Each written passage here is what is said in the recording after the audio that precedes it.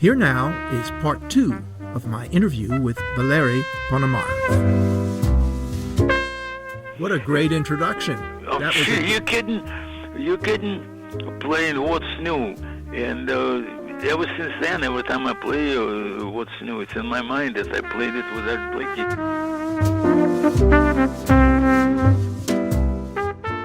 First song I ever played with that Blakey was theme song, and then ballad. And he was actually very particular about ballads. You know, you sit in and all that. If he hears you playing, you know the language, right? He would necessarily ask you play a ballad. Why? Because ballad gives away your whole person, everything. And he knows about you as a person and as a musician much more if you just played a couple of choruses on whatever song, you know. So my first ballad with him was What's New. And then when I actually was in the band already, he would feature me on the ballad every concert, sometimes twice a concert, in first and second set. And I was kind of showing off, you know, playing different ballads every night. Will Wait For Me, Body and Soul, of course, We'll Be Together Again, and on, ballad after ballad after ballad. I knew quite a few ballads.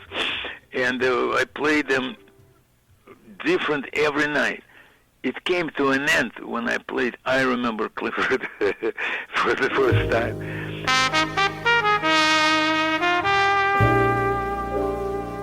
When I played for the first time I Remember Clifford, from that point on, until I left the band, I was playing I Remember Clifford every night, almost every night, every concert. And he didn't even ask me what to play. He just announced, I remember. Once actually he did. He asked me, what would you like to play? Expecting me to say, I Remember Clifford. And I thought I should play something different.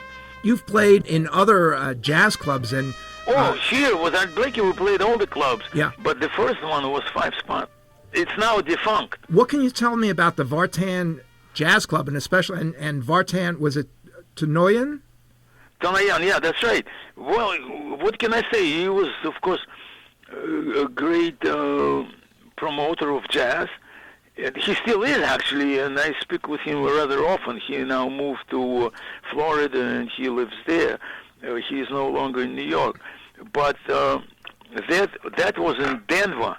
He moved to Denver at first and started his own club, which was very successful. Musically, it was just unsurpassed, actually, at least in the West Coast. And it was not quite West Coast, but not far. Denver, you know where Denver is. Yes. And I was playing there. And Vartan himself as a person and his club, it was gorgeous, beautiful, always featuring great musicians there. And I was very fortunate to play there and recorded there an album, which is musically, actually, I think, is the best of all my albums. I have to agree with that. I've been listening to your recording at the club. I was especially intrigued with Autumn in New York. But before I play Autumn in New York, I want to tell you that I just read an article in the New York Times that explains how in these troubled times that we're living in, listening to music is a great way to relax. And before this morning... Not only relax, open up your potential, open up your perception of the world around you and find something good, something useful, something very beneficial and happy-making, you know.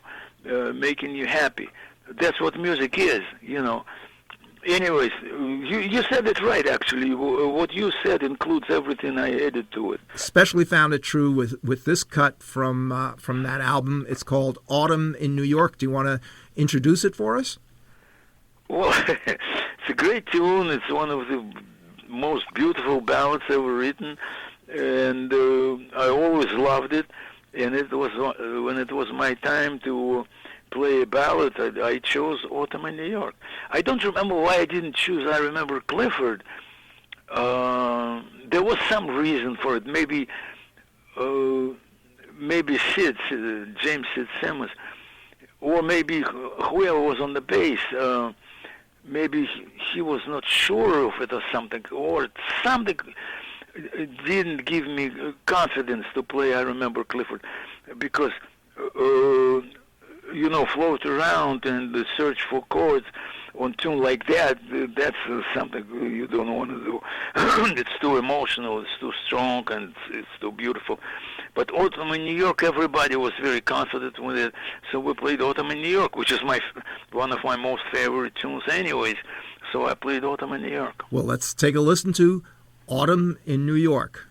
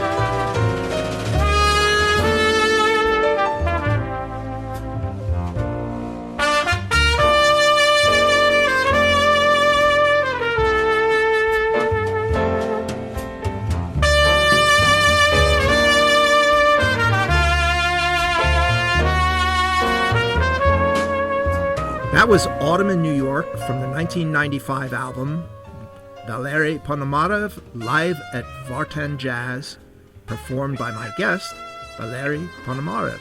Incidentally, Marshall, yes. Listeners who want to find it, it's on the internet. You just type Valery Ponomarev Autumn in New York, and that particular album will come up. So you can listen to it in its entirety. And not like being self-admirer or something, but just like Blakey used to say, if you know the truth, don't be afraid to say it, you know. It's a great performance. Whether I played it, you know, I listen to it as music. I don't listen to it as me playing it. And everybody, I'm not the only one there. There's the whole trio there, James and who was on drums. Anyways, Autumn in New York, it's one of the greatest tunes anyway. Charlie Parker played it, you know that. I love that version with strings. You of course know what I'm talking about, right? Yes. And it's been one of my most favorite tunes ever. And well, there were a lot of recordings done at that club at the Vartan Jazz, yeah. I hope he reopens it, but because he was doing great job, but he had to close it at one time and move to Florida anyways. But before that, apparently he had a club in Moscow called the Bluebird. Did you ever that too. Did you ever go there? Sure, I played there. I might be even some recordings from that club, and that also was Vartan's club in Moscow. Then he opened a club in Denver. As I was telling you earlier, you were born in Russia and came to the U.S. in 1973, and we may have crossed paths in 1965 when I was in Russia. Man, that's incredible. And at that time, I don't recall visiting any jazz clubs, but I do remember people were really hungry for Western culture. Yes, absolutely. Not only music, but literature. I had one guy ask me if I had John Steinbeck books. And we all were assigned a guide, and I was assigned a guide. His name was Andre.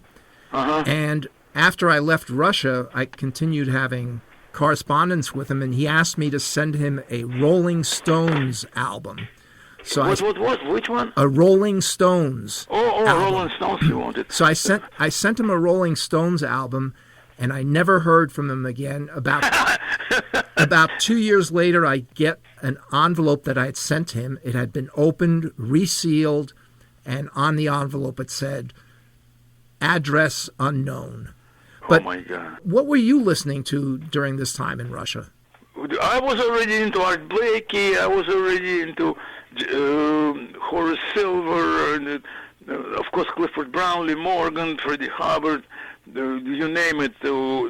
Not to mention Charlie Parker, Coltrane, Wayne Shorter, all my heroes.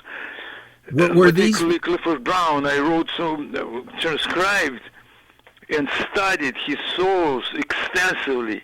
That's why when I came to America, people were dumbfounded from Russia playing like Clifford Brown. I never played like Clifford Brown because Clifford Brown is a different person, different time and everything. But his style I did learn, but particularly on the same technical level, who else can play like that, like Clifford Brown, But style-wise, yes, I was very close. And when people said that, it was nothing too surprising to me, and it was nothing like something I would lose my head off over it. It's true, you know the truth. Don't be afraid to say it. And actually, ask other musicians. Some of them actually, out of all the trumpet players who play in Clifford Brown's style, Valery is the closest to Clifford overall. Thank you so much.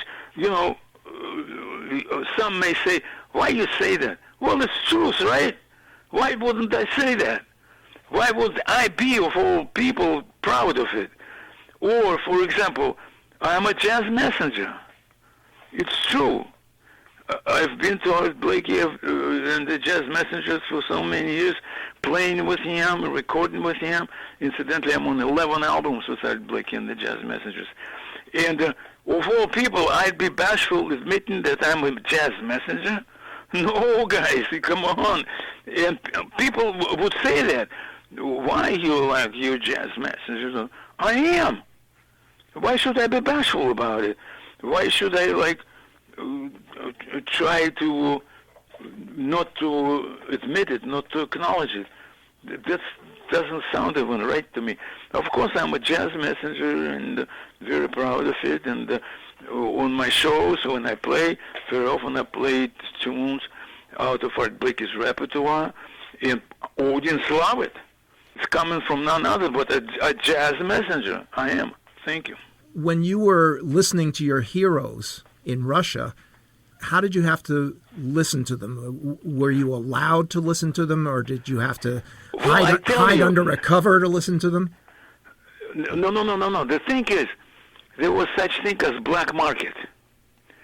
On the black market, I actually obtained an incredible collection of LPs, American LPs.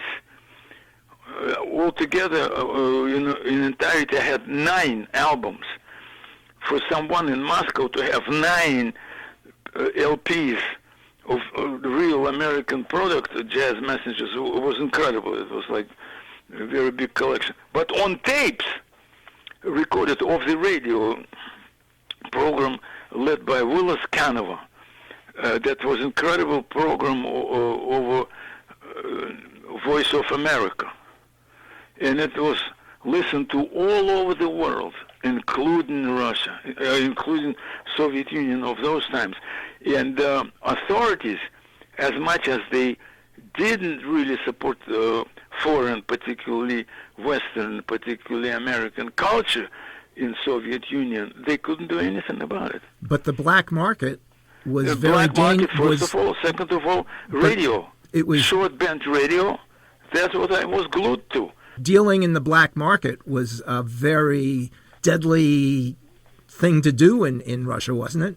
What else would they do? Black market is not really black market like you would think in terms of contemporary perception, but it was like gathering of people.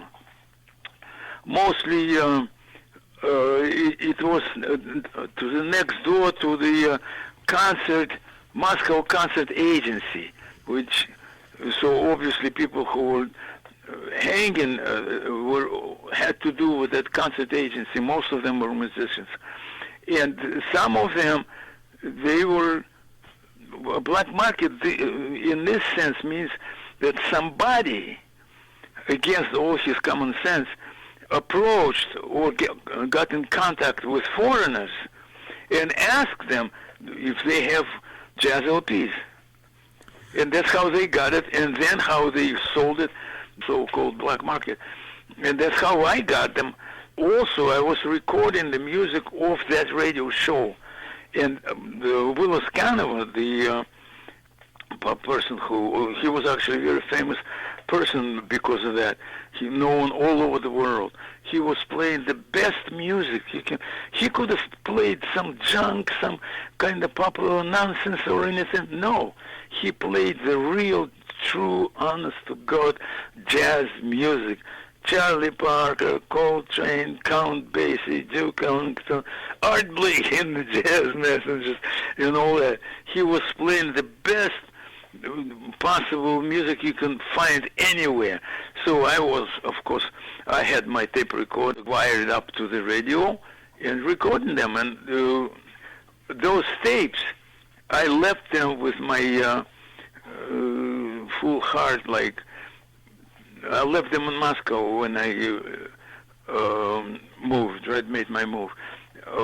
There was too many of them and they were too big. I couldn't take them with me.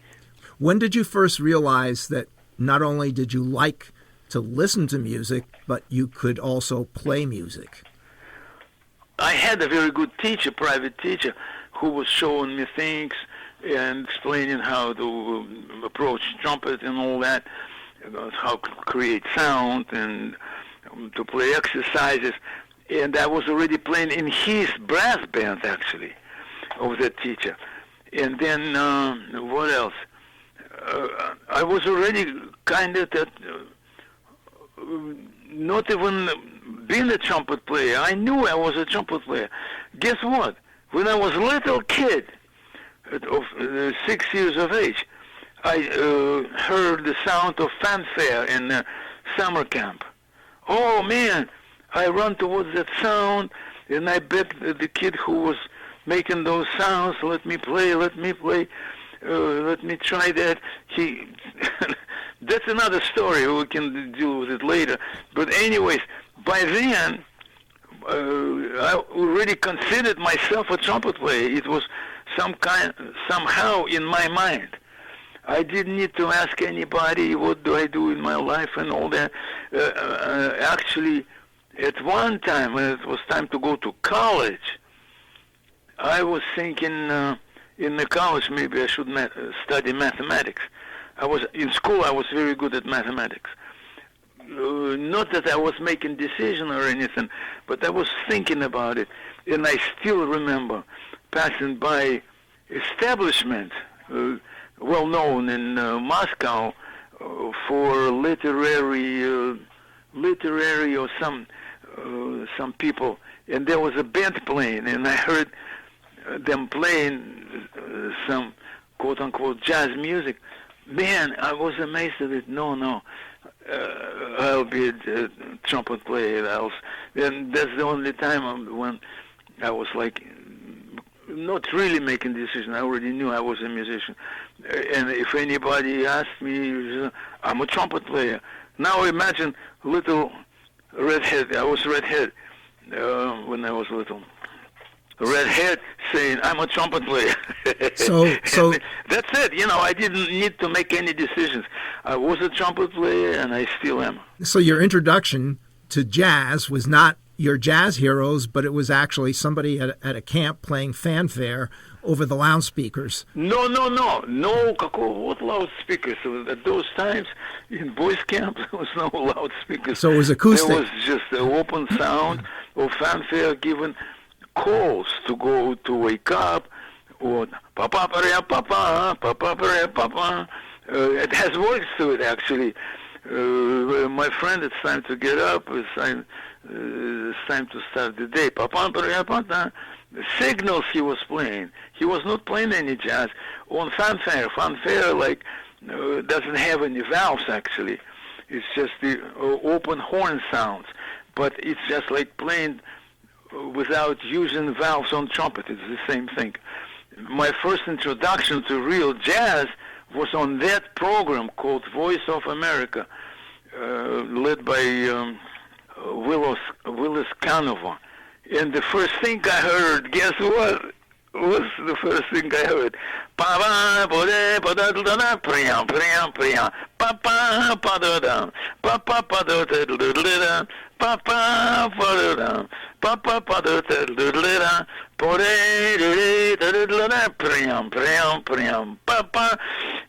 Blues Walk by Clifford Brown. I was swept off my feet, man. At that point, I knew that's my music, and I'll be dealing with it all my life. And that's it. Let's get back to Our Father, Who Art Blakey. Okay. I'm going to show you how little I know about music here. When I listen to a big band album, usually I'll hear somebody introducing the piece, or there'll be commentary in between. But one thing that stood out to me when I first listened to Our Father, Who Art Blakey, was that it was near seamless transitions from one track to the next, kind of like listening to a symphonic piece with different movements. What was your vision for this live recording session? Well, the thing is that sequence of tunes performed, they have their own law of attraction, so to speak. In other words, the effect they're making on the audience. And they all different in time, in the texture, and rhythms, and of course in keys and all that.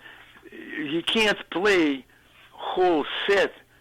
Coltrane actually did, but that's Coltrane. There's always exceptions from the rule. But in general, you can't play one tune whole set, You can't play the same in texture, in rhythm and time, tunes whole set. They have to be different. That's what you're talking about. Now listen to it again and you'll hear that the first tune is very different from the second. Second is very different from the third, and so on and so forth. And that's how the tunes chosen, how I choose the tunes for my sets. Why don't we listen to another track from your album? And this one is, am I pronouncing it right, Jordu? Jordu.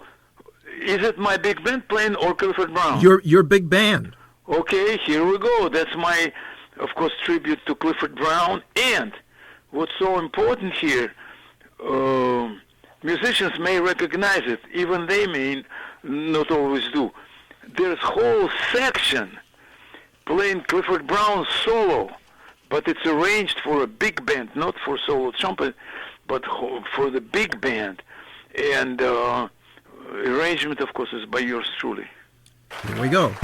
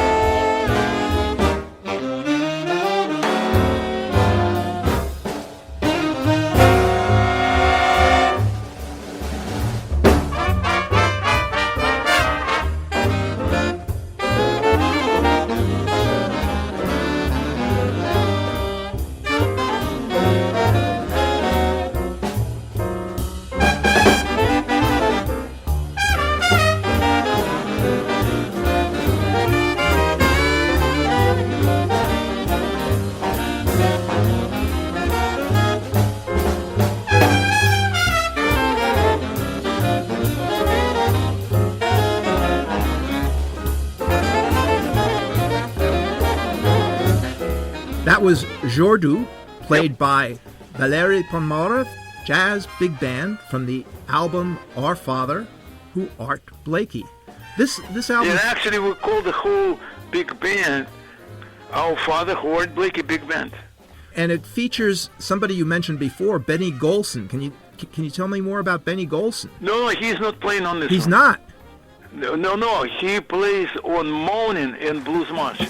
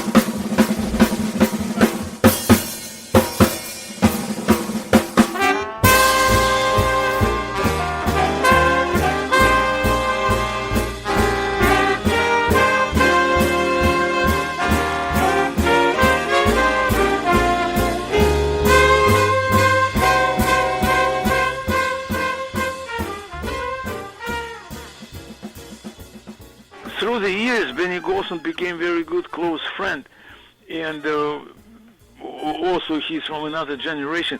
But for me, it was a great honor just to meet him in person, and he liked the way I played, and even after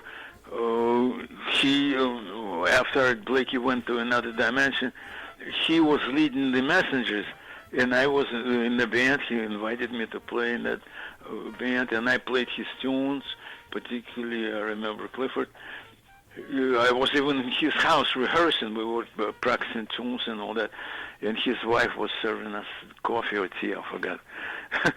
Anyways, Benny Golson was an incredible person. I mean, incredible musical genius, recording, writing, composing all those phenomenal tunes. Every one of them is a masterpiece. Just listen to the whole album. If you don't have time to listen to the whole number, at least listen to the melodies. The only one he didn't really write was Moaning. We started talking about it, and that Moaning, I actually, at the beginning of our conversation, I told you a little bit of the history, creation of Moaning, the tune, and that's by Benny Golson, by Bobby Timmons.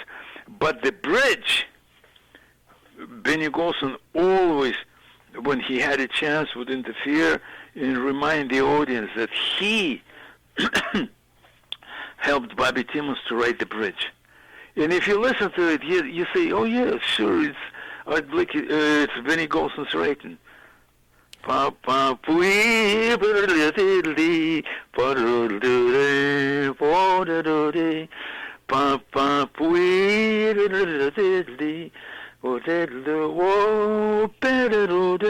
it for a sec.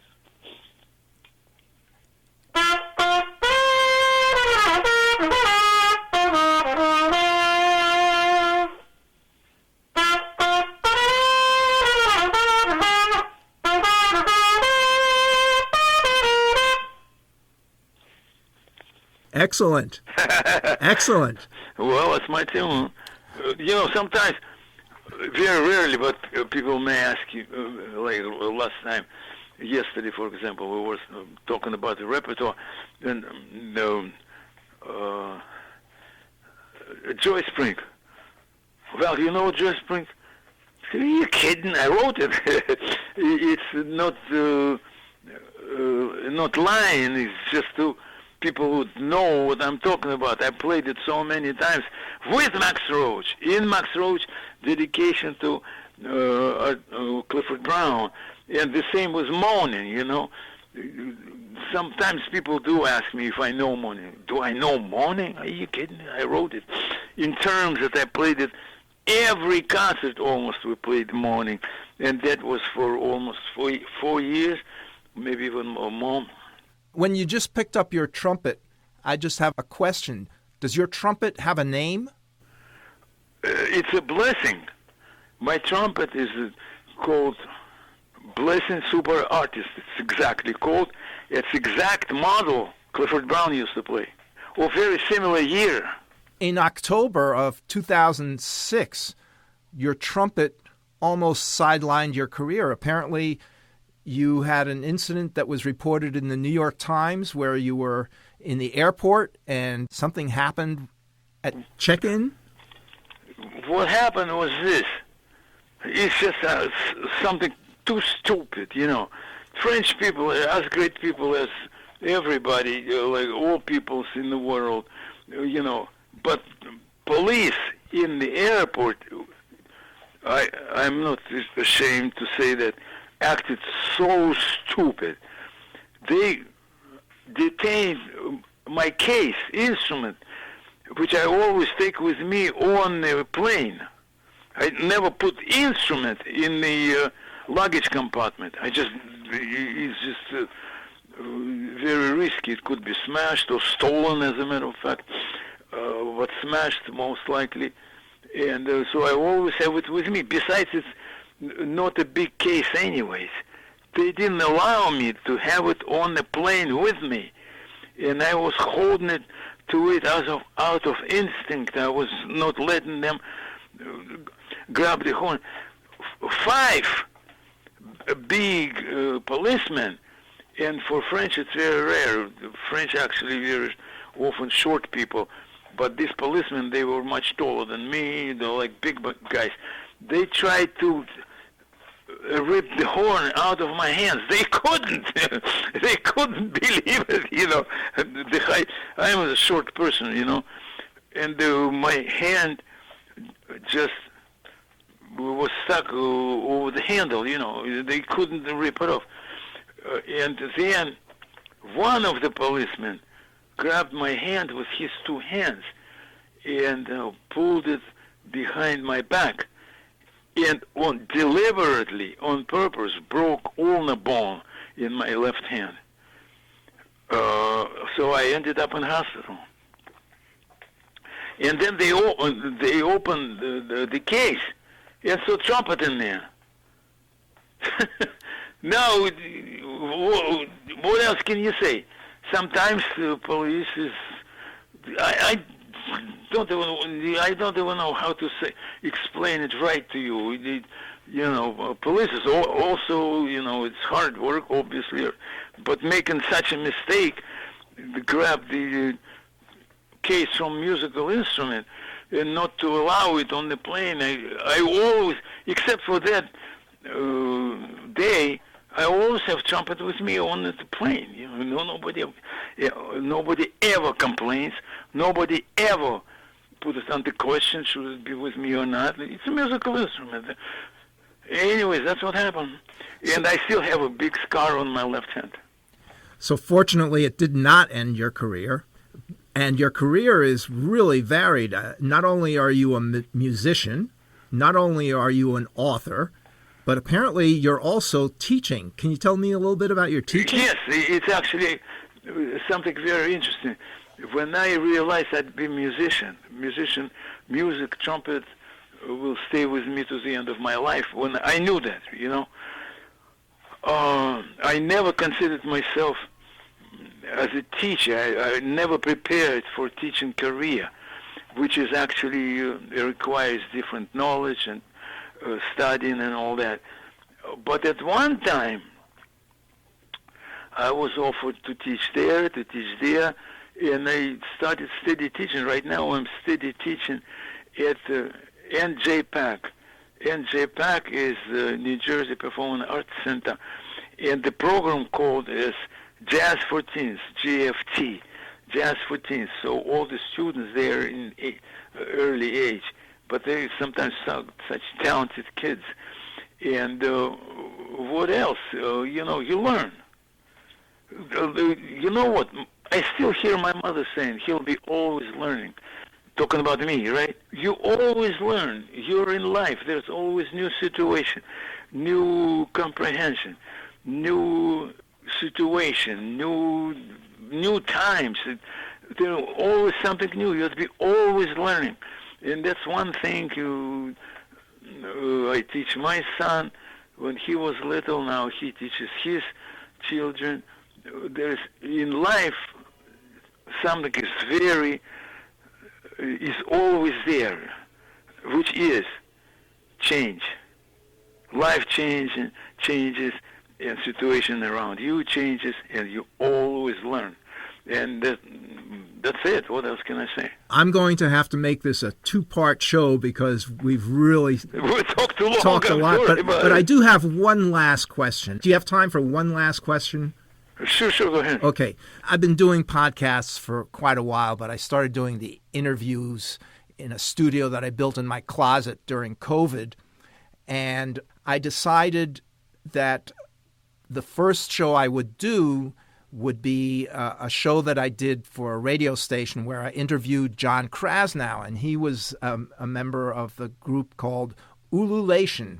He's my good friend. I started with an interview that I did with him in 1987, and to date I've had Paul Ostermeyer and Eric Goletz on my show, and I've also been in contact with Janice Friedman and Jerry Vajamola, and hope to have them join me on the show. But how did you get involved with Ululation?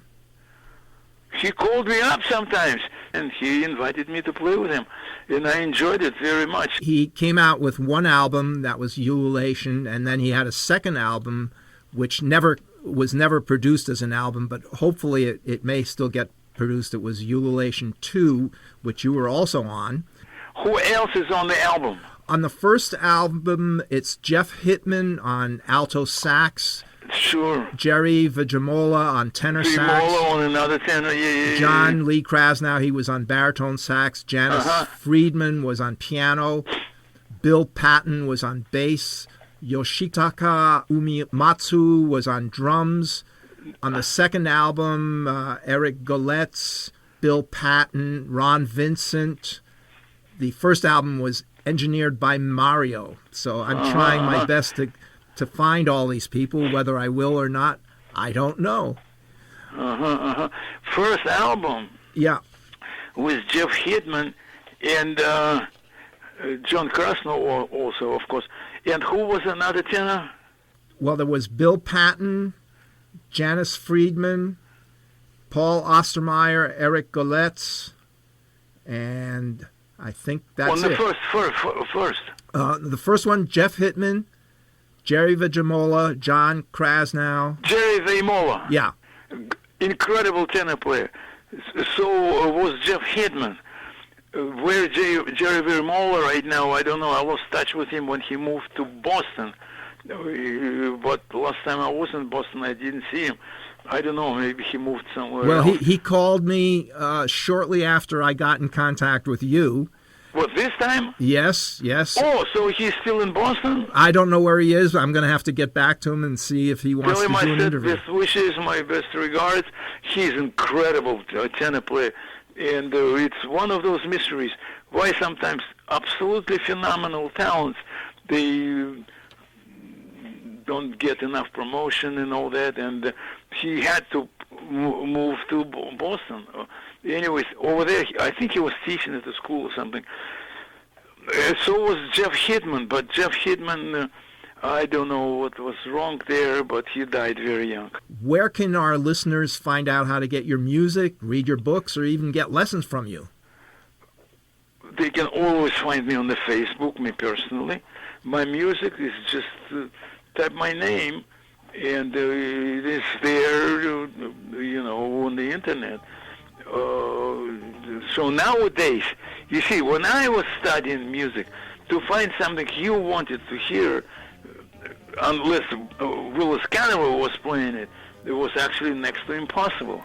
Now you can find anything you need, you're interested in, you want to study, read, and all that, including my books. You can buy them on my gigs from me personally, and you can find them, of course, on the internet, and just find my name, write my name, books by Valery Ponomarev. My first one is called On the Flip Side of Sound for Russian-speaking people. It's a Russian translation, на обратной стороне звука. And next book also has, I made translation to it, but it's not published in Russian yet. But it's in English, and it's Art Blakey quotes, basically. And it's actually a much smaller book, but it has information 10 times more than a War and Peace or something. There's so much information there because I explained Art Blakey's quotes there. I explain every one of them, what they really mean and why Art Blakey wanted us to know it. You can actually find whole introduction to the book on the internet, and it explains what it is. Once you read it, that explanation, it's foreword. That would be called foreword to the book. You would love to have it, particularly musicians. It's just like incredible educational material coming from none other but Art Blakey himself. Now you would understand why all the I'm repeating myself actually this time. Most of the musicologists and jazz critics and all that, they always called Art Blakey and the Jazz Messengers as the greatest jazz university, and that's so true. But I knew it from being in the university and hearing all those educational statements and writing them down and making a book out of it. So I can say it's a great book, not because I wrote it. I didn't. I collected them. I still have them in my mind, and I'm free to say it's incredible educational material. Yeah, actually, you know what? Sooner or later, that book will be in every jazz program around the world, because it takes time for people to first of all get in contact with it, read it, it's actually in your hands, and all that. And so it is already featured in several universities, actually, but sooner or later they'll be everywhere, all over the world, in every jazz institution, in every jazz program, course, or anything. That book. Valery, my time is up. Oh, I'm sorry I took it. But I'm so happy that you were able to take the time to speak with me, and I really hope to hear from you again real soon. Yeah, stay in touch. By all means, please stay in touch, particularly if you're in town. Oh, God, so let's meet in person. Okay, sounds like a plan. All right. Have a good rest of the day. You as well. Thank you. I enjoyed it. It was a great interview. I did too. Thank you. I got to pay you a compliment. You're a great interviewer. No, you make my tongue run. You know, I get really talking. Thank you. Thank you. Thank you. Bye. You've been listening to Mr. Radio, and I'm your host, Marshall. This program was written and produced by Marshall.